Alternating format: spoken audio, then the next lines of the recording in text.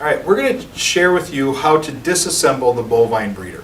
So the first thing that you're going to want to do is you're going to want to take the hide and just take it off of the Velcro areas here. Pull this back. And what I like to do is fold it up nicely because you'll actually be able to put it with the bovine breeder itself. So I'm going to set that to a side.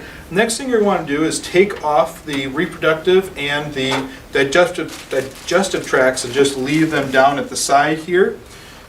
Now you have the stabilization bar here. You're going to probably want to unscrew that because that has been tightened for stabilizing the bovine breeder.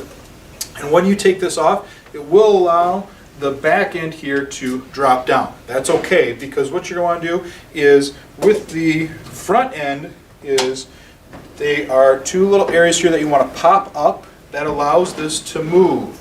If these are in place and I try to pull, it won't actually shut. So you have to make sure that you pop the two front stabilizing bars up, and then the bovine breeder here will fall down into place. That should lay flat for you.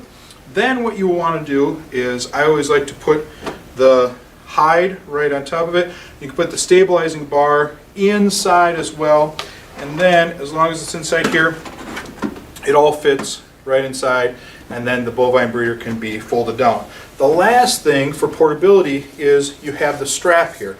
You're going to want to actually bring it over the rear end of the bovine breeder, through the loop on the other end here, get it nice and snug, doesn't have to be too tight, and then put it into place. That allows me then to pick this up and carry it or move it, and it's all contained right here for you. So that is how you would disassemble and be able to move the bovine breeder.